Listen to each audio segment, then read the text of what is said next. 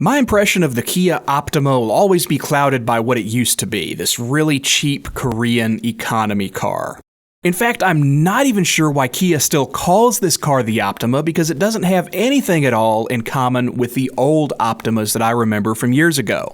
It's leaped ahead with every new generation until it's matching and in some ways beating the Japanese brands that used to make the best family cars in the world.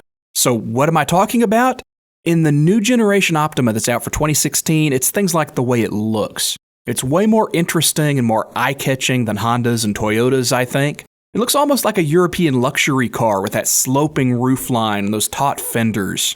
It's also about the way it feels kind of more expensive when you drive it, almost like BMW sprinkled some of their magic sports sedan fairy dust on it to give it that really engaging and yet really luxurious driving feel over the road at the same time.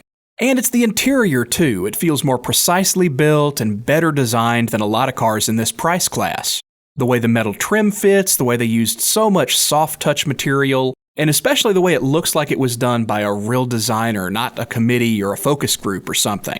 I just love the straight, horizontal lines look so clean and so modern on the dash. Now, the Optima used to be priced kind of like a clearance rack car a long time ago, but that's not the case anymore. It starts under $22,000, which still seems like a good deal for all the features and refinement that you get at that price. But I have such a hard time wrapping my head around this $35,000 price on my test car. In my mind, that's always going to be an awful lot of money for a Kia Optima. Now granted, at that price it felt almost like a luxury car, like something that would compete with Acura or Infiniti maybe.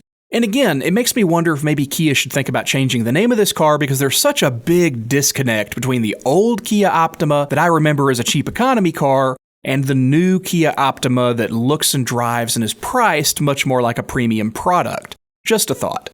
Now there are tons of changes for the new generation car. It drives a lot better now. It's got a new 1.6-liter turbo engine available with a dual clutch transmission.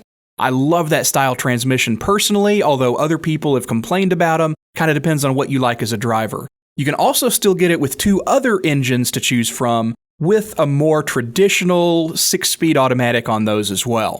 And it's got some cool tech features like geofencing, speed alert, and curfew alert to let you know when the car drives outside a certain area over a set speed or after a certain time of day. So it's perfect for parents of teenagers or people about to get divorced. And that's what I think about the new Kia Optima for 2016.